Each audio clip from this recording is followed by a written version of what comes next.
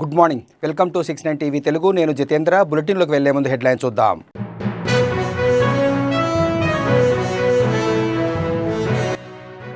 ముస్లింలను అణగదొక్కేందుకే కేంద్ర ప్రభుత్వం నల్ల చట్టాలను తీసుకొస్తుంది. సుప్రీంకోర్టులో న్యాయ పోరాటం చేస్తామన్న AP deputy CM Amjad Pasha.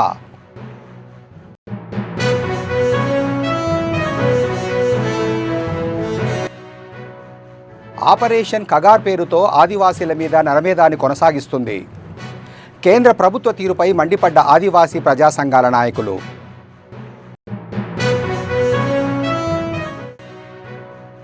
సాగునీరు వదలాలని ఉమ్మడి మహబూబ్నగర్ జిల్లాలో రోడ్డెక్కిన రైతులు. సీఎం రేవంత్ రెడ్డి స్పందించి నీటిని విడుదల చేయాలని డిమాండ్ చేసిన అన్నదాత.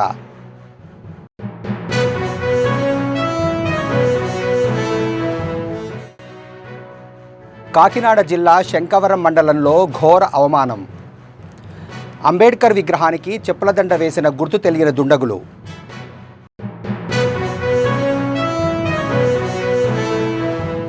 ఇక డీటెయిల్స్లోకి వెళ్తే, రాజ్యాంగానికి వ్యతిరేకంగా కూటమి ప్రభుత్వం వక్ఫ్ సవరణ చేసిందని ఏపీ మాజీ డిప్యూటీ సీఎం అంజాద్ పాషా ఆరోపించారు. ఈ విషయంలో న్యాయ పోరాటం చేయాలని భావించి సుప్రీంకోర్టును ఆశ్రయించామని తెలిపారు. కుట్రలు పన్ని చట్ట సవరణ చేయడాన్ని తీవ్రంగా వ్యతిరేకిస్తున్నామన్నారు. హక్కులను కాలరాస్తూ చేసిన చట్ట సవరణ ఉపసంహరించుకునే వరకు పోరాటం చేస్తామని ఆయన హెచ్చరించారు. దేశంలో లక్షలాది ఎకరాల భూములను దోచుకోవడం కోసమే వక్ఫ్ అమెండ్మెంట్ బిల్లు తెచ్చారని, ముస్లింలను అణగదొక్కేందుకే నల్ల చట్టాలను తీసుకొస్తున్నారని మండిపడ్డారు అంజాద్ బాషా. రాజ్యాంగ వ్యతిరేకంగా వక్ఫ్ అమెండ్మెంట్ యాక్ట్ని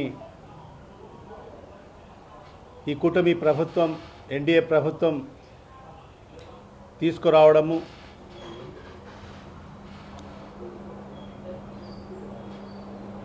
ఈ చట్టం ద్వారా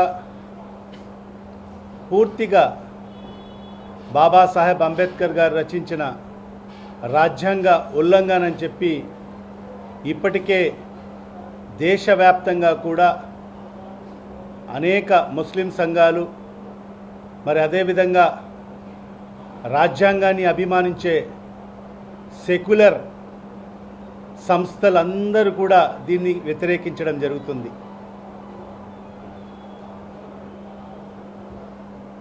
ఇవాళ అనేక మంది కూడా న్యాయ పోరాటాల కోసం ఇప్పటికే సుప్రీంకోర్టుని కూడా ఆశ్రయించడం జరిగింది. దేశంలోని బీజేపీ ప్రభుత్వం ఆపరేషన్ కగార్ పేరుతో ఆదివాసీల మీద నరమేధాన్ని కొనసాగిస్తున్నదని ప్రజా సంఘాల నాయకులు ధ్వజమెత్తారు. కడప ప్రెస్ క్లబ్లో జరిగిన సమావేశంలో రాయలసీమ కమ్యూనిస్టు పార్టీ రాష్ట్ర కార్యదర్శి రవిశంకర్ రెడ్డి, సిపిఎం జిల్లా కార్యదర్శి చంద్రశేఖర్, ప్రజా సంఘాల ఐక్యవేదిక కన్వీనర్ గోపాల్ పాల్గొన్నారు.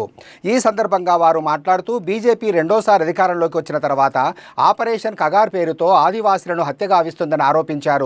ముఖ్యంగా మావోయిస్టుల అణిచివేత పేరుతో అన్యం పుణ్యమెరగని అడవి బిడ్డలపై తీవ్రమైన అణిచివేతకు పాల్పడుతున్నారని ఆగ్రహం వ్యక్తం చేశారు.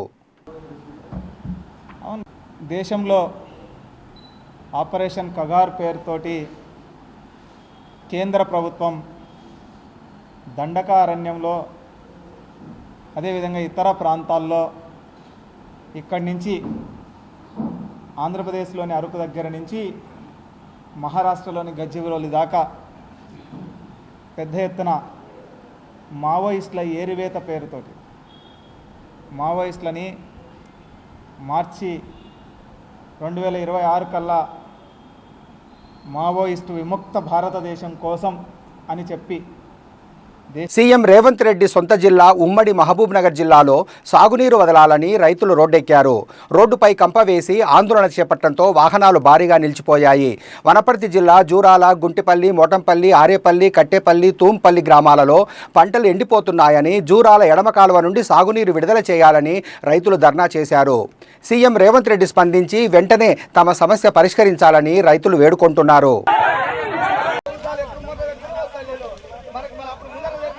భారత రాజ్యాంగ నిర్మాత డాక్టర్ బిఆర్ అంబేద్కర్కు ఘోర అవమానం జరిగింది. కాకినాడ జిల్లా ప్రతిపాడు నియోజకవర్గం శంకవరం మండలంలో అంబేద్కర్ విగ్రహానికి గుర్తు తెలియని వ్యక్తులు చెప్పుల దండ వేశారు. అది గమనించిన అంబేద్కరిస్టులు, దళిత సంఘాలు రోడ్డెక్కి తీవ్ర ఆందోళన చేపట్టారు. నిందితులను తక్షణమే అరెస్టు చేసి కఠినంగా శిక్షించాలని డిమాండ్ చేశారు. సమస్య తీవ్రతను గుర్తించిన పోలీసులు ఘటనాస్థలికి చేరుకున్నారు. ఎటువంటి అవాంఛనీయ ఘటనలు చోటు చేసుకోకుండా పరిస్థితిని సమీక్షిస్తున్నారు. కాగా ఈ ఘటనకు సంబంధించి పూర్తి వివరాలు తెలియాల్సి ఉంది.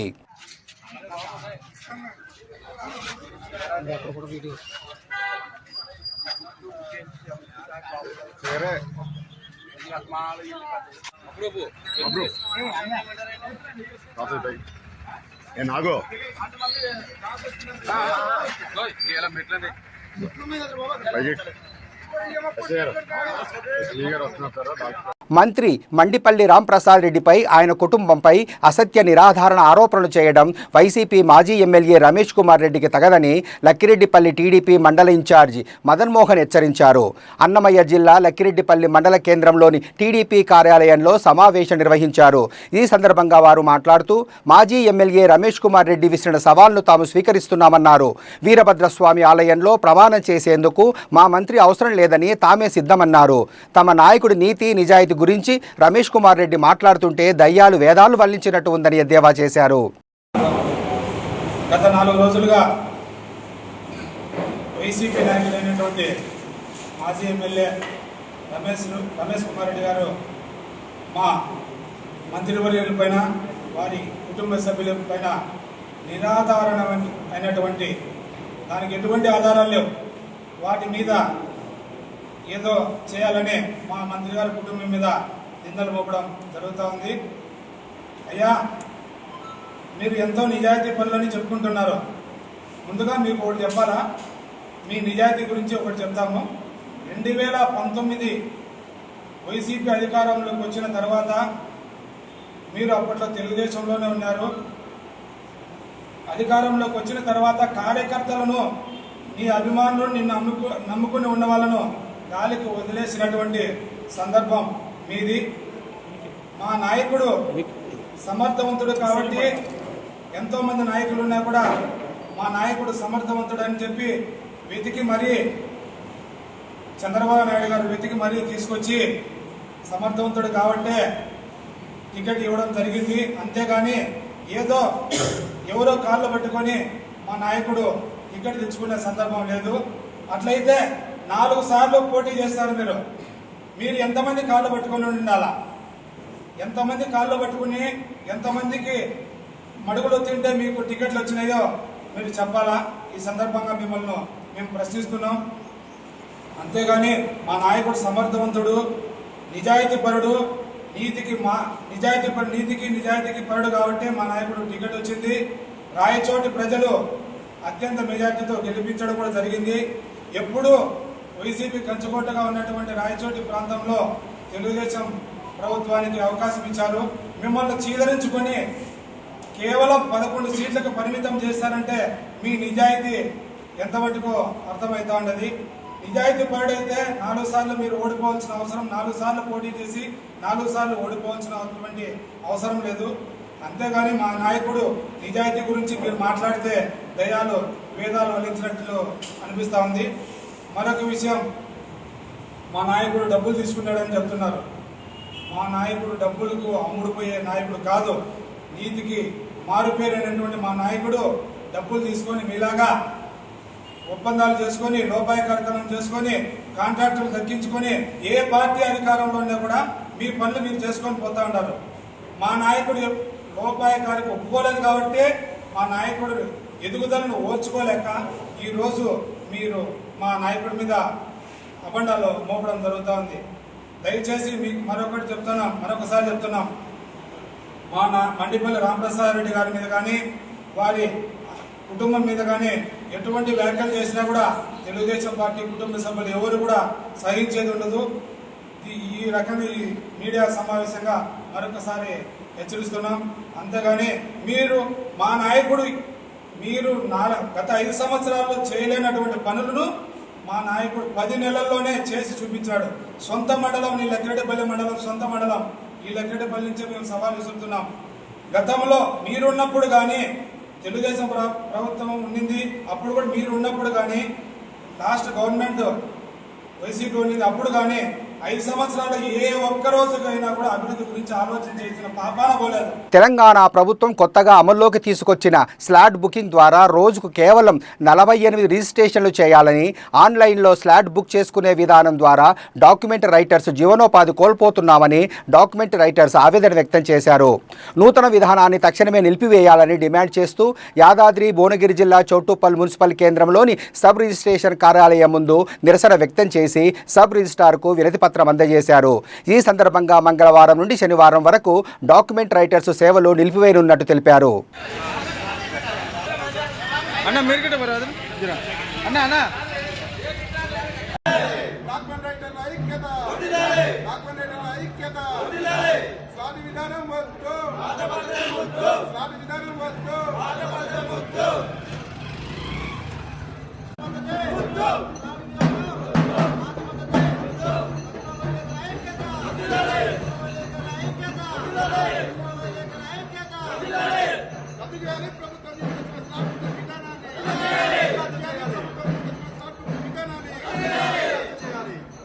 హైదరాబాద్ షేర్లింగంపల్లి జీహెచ్ఎంసీ జోనల్ కార్యాలయంలో ఏసీబీ సోదాలు జరిపింది.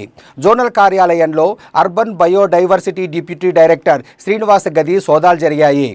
Deputy director Srinivas Chandrayangutta circle పనికి సంబంధించి 70,000 లంచం తీసుకుంటూ ఏసీబీకి దొరికిపోయారు. చార్మినార్ జోన్కు సంబంధించిన ఒక పనిలో బిల్లు మంజూరుకు ఆయన లంచం డిమాండ్ చేశాడు. మంగళవారం ఆ లంచం నగదు తీసుకుంటున్నప్పుడు ఏసీపీ డీఎస్పీ శ్రీధర్ ఆధ్వర్యంలో దాడి చేసి పట్టుకున్నారు.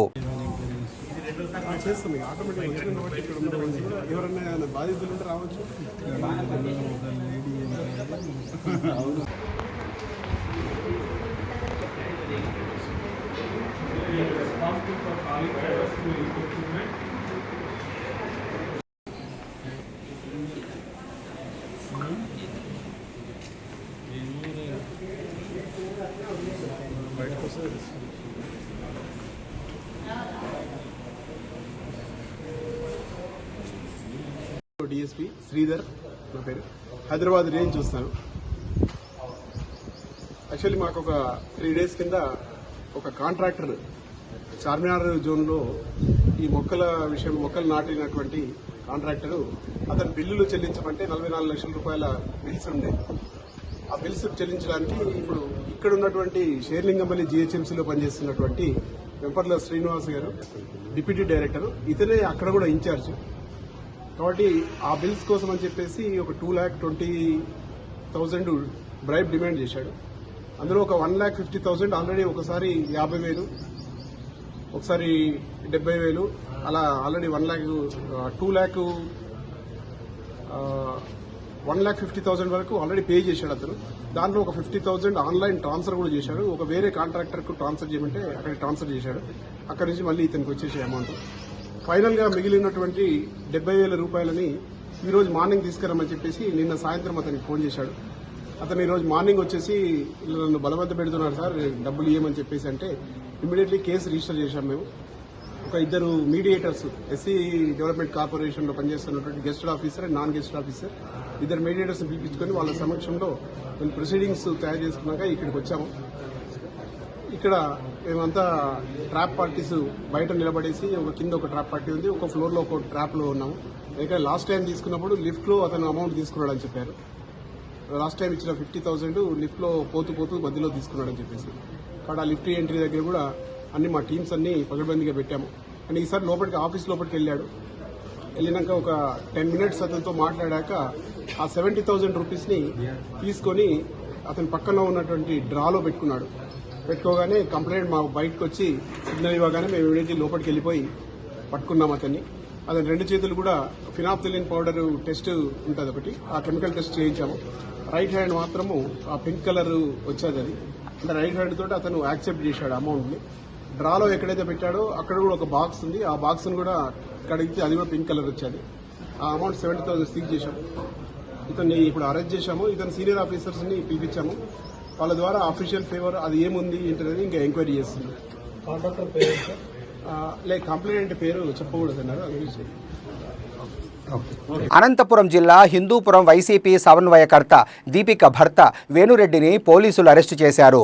హిందూపురంలో దళిత నాయకుడు నవీన్, వైసీపీ జిల్లా బూత్ కన్వీనర్ అధ్యక్షుడు లోకేష్లను అక్రమ అరెస్టు చేసి వారికి బేడీలు వేసి నడిపించుకుంటూ పిఎస్కు తీసుకెళ్లడంపై పోలీసుల్ని వేణురెడ్డి నిలదీశాడు. ఈ క్రమంలో వేణురెడ్డి పైన కేసు నమోదు చేసి ఆయనను కూడా అరెస్టు చేశారు పోలీసులు.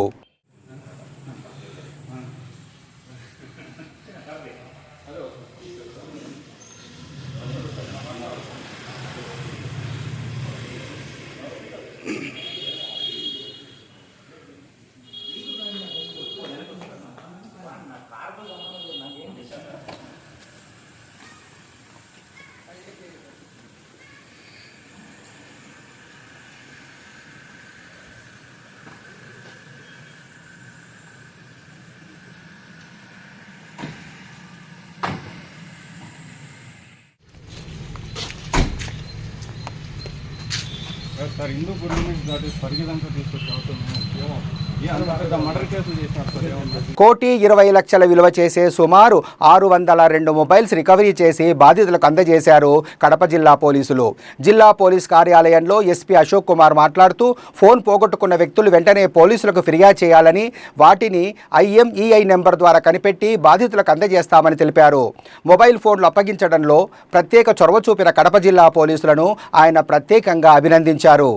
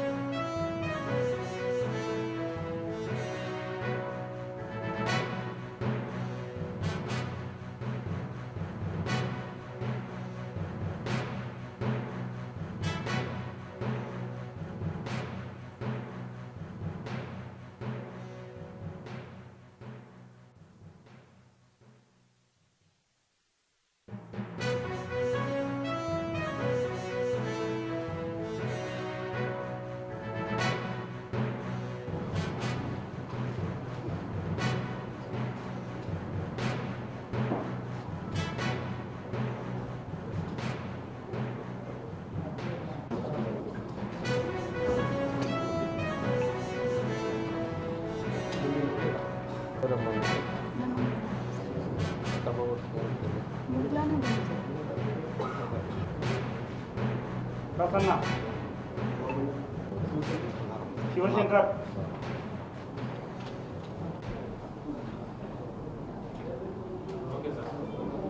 Good morning to all. Kadapa జిల్లాలో ఆపరేషన్ మొబైల్ షీల్డ్ అనే కార్యక్రమం ద్వారా ఈరోజు దాదాపుగా 602 మొబైల్ ఫోన్స్ ఏవైతే మిస్ అయ్యాయో గత కొద్ది కాలం నుంచి వాటిని రికవరీ చేయడం జరిగింది. ఆపరేషన్ మొబైల్ షీల్డ్లో భాగంగా CEIR పోర్టల్ ద్వారా వచ్చిన ఫిర్యాదులను బేస్ చేసుకొని, CEIR అంటే సెంట్రల్ ఎక్విప్మెంట్ ఐడెంటిటీ రిజిస్టర్, ఎవరైనా సరే సెల్ ఫోన్ పోగొట్టుకున్నప్పుడు కానీ దొంగిలించబడినప్పుడు కానీ ఈ CEIR పోర్టల్లో నమోదు చేసుకుంటారు. ఆ విధంగా నమోదు చేసుకున్న వాటిని టెక్నాలజీని ఉపయోగించి, అధునాతన టెక్నాలజీని ఉపయోగించి మిస్సింగ్ మొబైల్ ట్రాకింగ్ సిస్టమ్ అనే ఒక టెక్నాలజీని ఉపయోగించి వీటినన్నింటిని కూడా కనిపెట్టి రికవరీ చేయడం జరిగింది. వాటిని ఈరోజు పోగొట్టుకున్నటువంటి వ్యక్తులకి అందజేయడం జరుగుతుంది. దాదాపుగా వీటి విలువ 1,20,00,000 రూపాయల వరకు ఉంటుంది. ఈ విధంగా దీంట్లో మనం అధునాతన టెక్నాలజీని, ఈ GPS ట్రాకింగ్ని, అదేవిధంగా IMEI సెర్చ్ని, CDR అనాలిసిస్, డిఫరెంట్ టెక్నాలజీని ఉపయోగించి వీటిని ట్రాక్ చేయడం జరుగుతూ ఉంది. ఇలాంటి మొబైల్స్ ఏవైతే మిస్ అయిపోయాయో వాటిని ఒక separate cyber crime analysis wing అనేది ఉంటుంది కడప జిల్లాలో. ఆ టీం ఆధ్వర్యంలో మనము వీటిని డిటెక్ట్ చేయడం జరుగుతూ ఉంది. దీంట్లో భాగంగా ఈరోజు మనం ప్రెస్ మీట్ నిర్వహించుకుంటున్నాం. రోడ్డు ప్రమాదాలతో ఎంతో మంది ప్రాణాలు కోల్పోతూ ఎన్నో కుటుంబాలలో విషాదం నింపుతున్నప్పటికీ వాహన చోదకులు మాత్రం ర్యాష్ డ్రైవింగ్ మానడం లేదు. అడ్డగోల్ డ్రైవింగ్తో తాము ప్రమాదాలకు గురవడమే కాకుండా ఆ దారిన వెళ్లే వాహనదారులను కూడా ప్రమాదాల్లో పడేస్తుంటారు కొందరు ప్రబుద్ధులు. బెంగళూరు వైట్ఫీల్డ్ ఏరియాలో అతివేగంతో వెళుతున్న ఓ వాటర్ ట్యాంకర్ ముందున్న లారీని ఓవర్టేక్ చేయబోయి బోల్తా పడింది. అయితే ప్రమాదంలో ఆ ట్యాంకర్ రోడ్డుపై బంతిలా దొల్లుతూ పల్టీలు కొట్టిన వీడియో సోషల్ మీడియాలో వైరల్గా మారింది.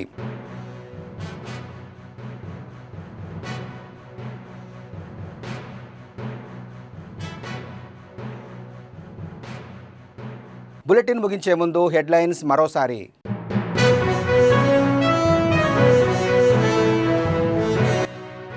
ముస్లింలను అణగదొక్కేందుకే కేంద్ర ప్రభుత్వం నల్ల చట్టాలను తీసుకొస్తుంది. సుప్రీంకోర్టులో న్యాయ పోరాటం చేస్తామన్న AP deputy CM Amjad Pasha.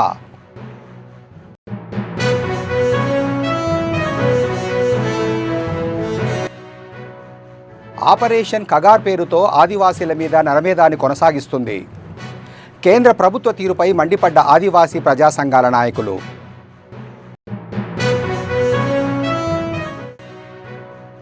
సాగునీరు వదలాలని ఉమ్మడి మహబూబ్నగర్ జిల్లాలో రోడ్డెక్కిన రైతులు. సీఎం రేవంత్ రెడ్డి స్పందించి నీటిని విడుదల చేయాలని డిమాండ్ చేసిన అన్నదాత.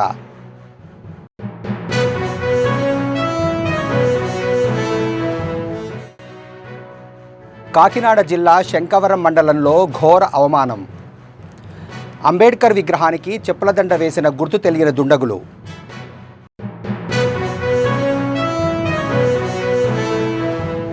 మరిన్ని అప్డేట్స్ కోసం చూస్తూనే ఉండండి 69 టీవీ తెలుగు.